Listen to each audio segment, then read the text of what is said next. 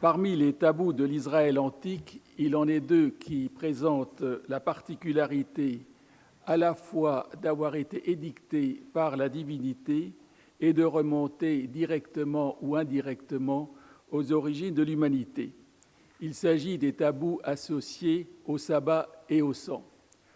Ce sont également là les deux tabous majeurs du judaïsme de l'époque perse. Commençons par le tabou du sang. Ce tabou ne porte pas sur l'utilisation du sang en général. Comme le montre le rituel pascal, où il est appliqué au montant et au linteau des portes, le sang peut être manipulé, même par des Israélites ordinaires, sans que cela ait quelque conséquence négative que ce soit, bien au contraire, puisque ce sang appliqué sur les portes a une fonction apotropaïque, à savoir détourner la mort qui autrement frapperait les habitants de la maison. Le tabou porte très précisément et exclusivement sur la consommation du sang.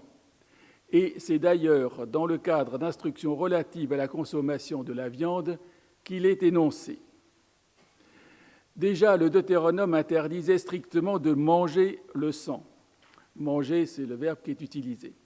Et prescrivait expressément de le répandre à terre comme de l'eau, une précision qui ôtait par là même toute fonction rituelle à ce geste. Le Deutéronome ne fait pas état d'une sanction spécifique qui frapperait le contrevenant. C'est surtout dans la couche sacerdotale, une des couches littéraires du Pentateuque composé à l'époque perse, que ce tabou prend toute son importance.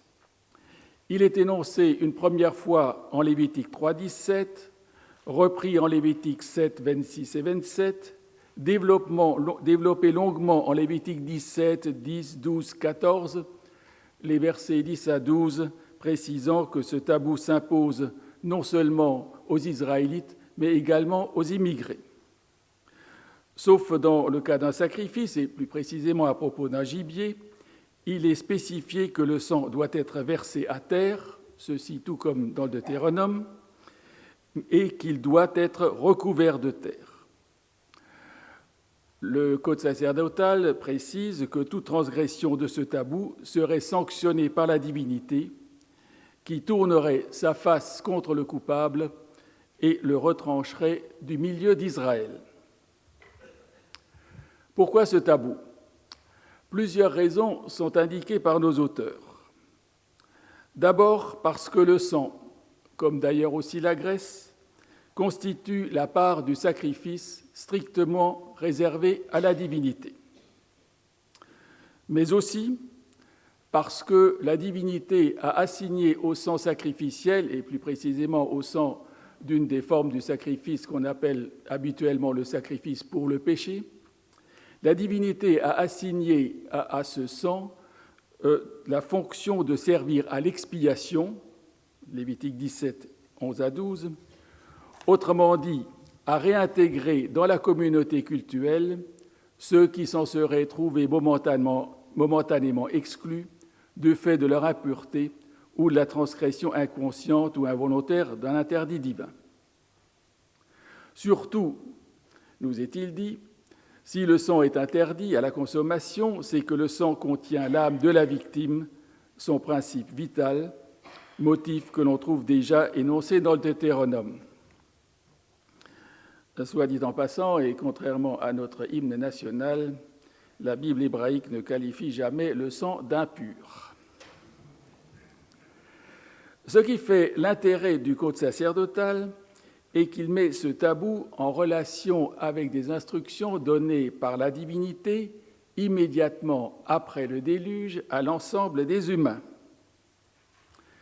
Dans un discours qu'il adresse à Noé et à ses fils, Dieu met à la disposition des humains tous les êtres vivants pour que leur chair leur serve de nourriture, mais interdit expressément d'en consommer le sang.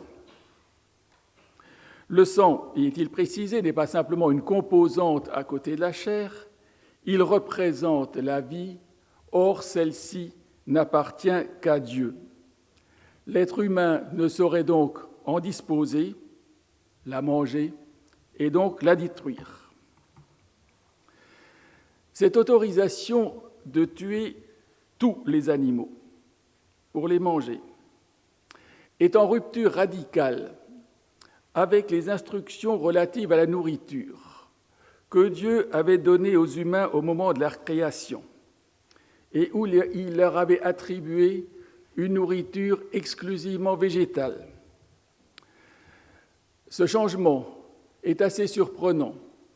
Il s'explique sans doute, comme le donnent à penser les analyses de René Girard, par la nécessité d'offrir aux humains un dérivatif à la violence, laquelle, d'après Genèse 6,13, avait été à l'origine même du déluge. Mais les valeurs originelles portées par la nourriture exclusivement végétale, ces valeurs originelles, à savoir le respect de la vie et la non-violence, ne sont pas rendues caduques pour autant. Elles seront désormais rappelées par l'interdiction de manger le sang, énoncé en Genèse 9,4, le sang qui représente la vie sur laquelle l'être humain n'a aucun droit. L'abattage d'un animal en vue de manger sa chair n'est donc jamais un acte banal. Il reste une atteinte à la vie, mais cette atteinte à la vie d'un animal est une concession accordée par Dieu aux humains pour empêcher que la violence inhérente à la nature humaine ne conduise à l'autodestruction de la société. Le code sacerdotal a fait du tabou du sang une règle universelle.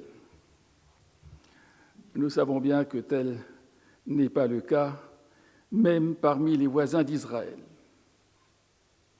Si les auteurs du code sacerdotal, qui ne sont pas, faut-il le rappeler, des historiens des religions, mais des théologiens, en ont fait une règle universelle, c'est afin de promouvoir ce qu'ils considéraient comme devant avoir valeur universelle, à savoir le respect de la vie et de la non-violence. Ce même souci explique aussi, à mon avis, la position particulière d'Israël, qui consiste à exclure de son alimentation la majeure partie des animaux et à se restreindre uniquement à certaines catégories par ces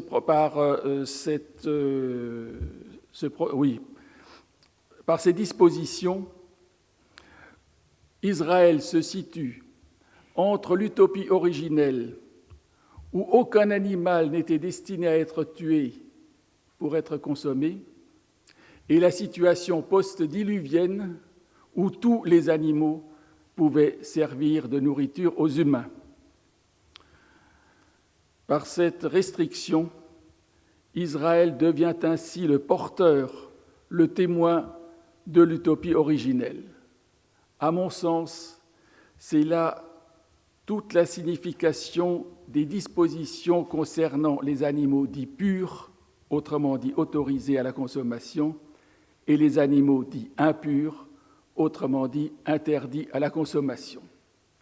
Pour moi, ces listes qu'ils ont données, notamment en Lévitique 11, doivent être comprises comme une solution transitoire en attendant la venue du royaume, bien sûr, mais une solution intermédiaire entre un rien et un tout, qui fait qu'Israël dispose des moyens de réguler sa violence en tuant des animaux, mais qui en même temps permet à Israël d'être le témoin de cette utopie originelle en se restreignant à quelques espèces seulement. Le tabou majeur du judaïsme de l'époque perse est toutefois celui qui a trait au sabbat. Les multiples injonctions faites par le code sacerdotal d'observer le sabbat et par voie de conséquence de s'abstenir de toute activité révèlent l'importance de ce tabou énoncé pour la première fois pour la première fois lorsqu'on prend les textes dans l'ordre des livres bibliques, mais sans doute aussi pour la première fois du point de vue de l'histoire, énoncé pour la première fois dans le cadre solennel du Décalogue d'Exode 20, lequel étend expressément ce tabou aux bêtes de somme et de trait. À côté de la formulation générale de l'interdit, à savoir ne faire aucune œuvre ce jour-là, sont parfois mentionnées quelles sont plus précisément les activités qui sont interdites. La couche sacerdotale met tout particulièrement l'accent sur l'interdiction d'allumer du feu ce jour-là. Exode 35, verset 3. D'allumer du feu ce jour-là, mais aussi interdit les activités en amont, à savoir ramasser du bois, et en aval, à savoir faire cuire de la nourriture. Ce lien avec l'interdiction de faire du feu ou de préparer d'une manière ou d'une autre le feu est assez étrange. Elle s'explique par le fait que pour nos auteurs, le seul feu qui puisse brûler ce jour-là est le feu perpétuel qui s'élève sur l'autel du parvis où se consume l'holocauste quotidien que Yahvé lui-même est censé avoir allumé et qui est le signe de la présence. Aucun autre feu ne doit entrer en concurrence avec celui-là. Allumer un feu reviendrait à empiéter sur le domaine réservé de Yahvé. L'interdiction du sabbat, si j'interprète correctement ces textes, est donc d'abord liée au fait de faire du feu, et plus précisément, de faire du feu, et donc de ne pas concurrencer ce feu perpétuel qui brûle sur l'autel de l'Holocauste. D'autres textes bibliques plus tardifs citent parmi les activités interdites les moissons, les vendanges et autres récoltes, le transport des marchandises et plus généralement le commerce. La gravité de ce tabou est parfaitement illustrée par la sanction qui frapperait celui qui viendrait à le transgresser. Le coupable serait retranché de son peuple, le même verset précisant, comme pour lever toute ambiguïté, que le coupable mourrait. On ne peut manquer d'être frappé par la disproportion entre le délit, lequel consiste, je le rappelle, à s'abstenir de toute activité et donc à ne rien faire, et l'extrême sévérité de la sanction qui menace le contrevenant, qui n'est rien moins que la peine de mort. Subir le châtiment suprême pour n'avoir rien fait est, de prime abord, pour le moins paradoxal. En réalité, si le coupable encourt la peine de mort, c'est principalement pour deux raisons.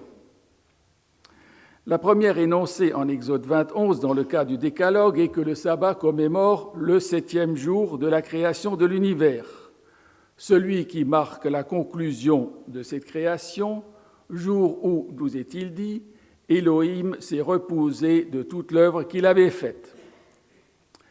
Exode 21 cite d'ailleurs expressément le passage correspondant au 7e jour de Genèse 2:3. Élohim bénit le 7e jour et le sanctifia. Il le cite quasiment mot pour mot, tout en remplaçant significativement la désignation 7e jour par celle de sabbat et le nom divin Elohim par celui de Yahvé, nom spécifiquement donné au Dieu d'Israël. La caractéristique distinctive de ce jour, celle qui est à l'origine du tabou, est que le jour du sabbat est un jour saint, autrement dit mis à part, soustrait au domaine profane, réservé tout entier à la divinité, raison pour laquelle Israël doit sanctifier ce jour, autrement dit s'abstenir de toute activité profane. Parce que le jour du sabbat appartient au domaine réservé de Yahvé, l'utiliser à son profit reviendrait à empiéter sur le domaine sacré, profanation nécessairement punie de mort. Le tabou du sabbat a ceci en tout cas sur ce point, d'analogue avec le tabou du sang, il porte sur un privilège strictement réservé à la divinité. Mais il y a plus, car à cette première raison s'en ajoute une autre, peut-être moins connue. Le sabbat ne fait pas seulement référence à la création de l'univers, il est aussi, et je dirais surtout, le signe de l'alliance que Yahvé a conclue avec Israël.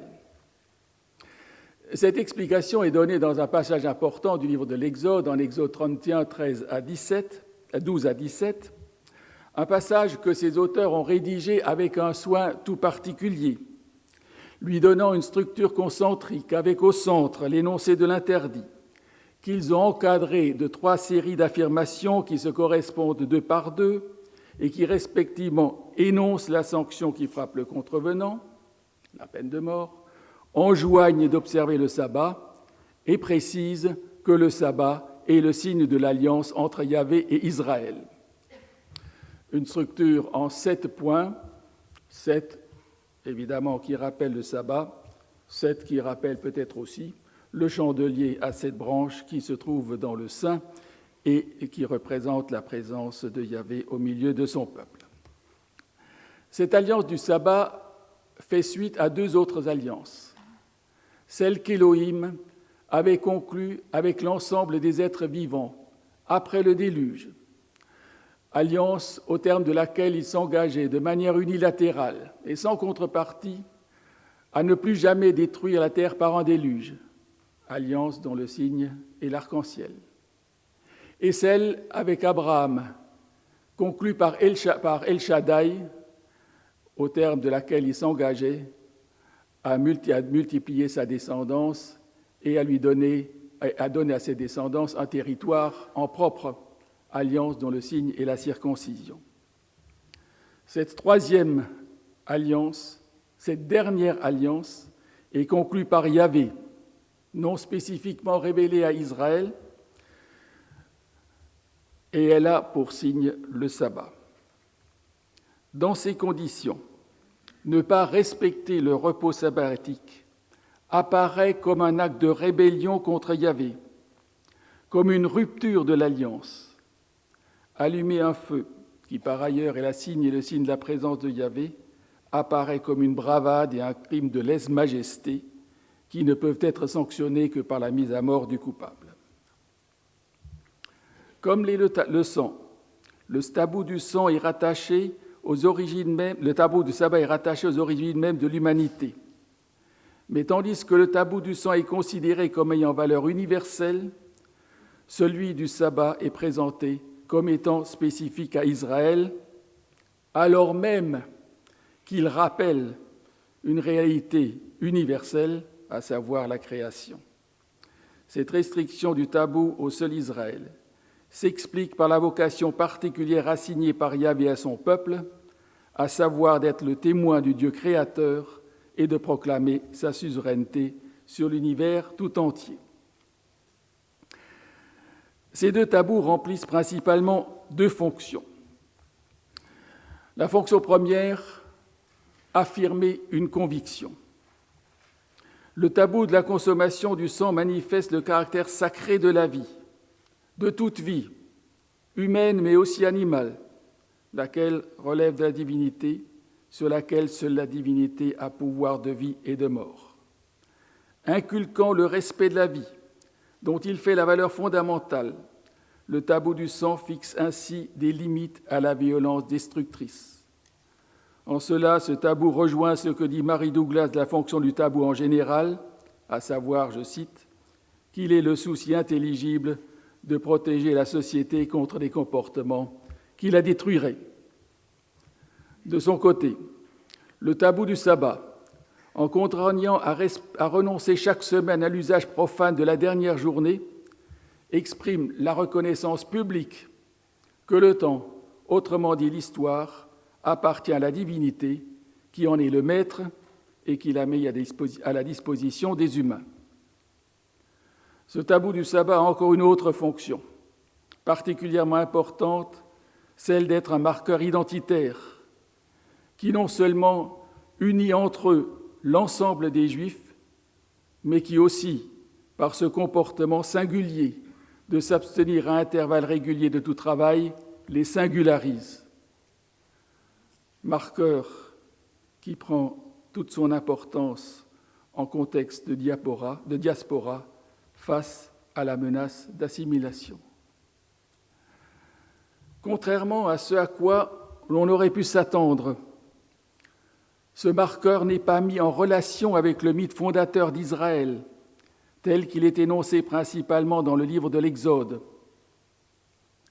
Le génie, et j'emploie intentionnellement ce mot, le génie des auteurs de la couche sacerdotale a été de le rattacher exclusivement à la création de l'univers, ce qui évite au judaïsme de l'époque perse de sombrer dans un particularisme enfermant, mais tout au contraire l'ouvre à l'universel, à travers cette confession muette du Dieu créateur de l'univers, celui-là aussi qui, selon Genèse 1, a fait de tout être humain, à quelque peuple qu'il appartienne, quelle que soit sa religion, son image, autrement dit son représentant, mandaté par la divinité pour gérer la terre en son nom.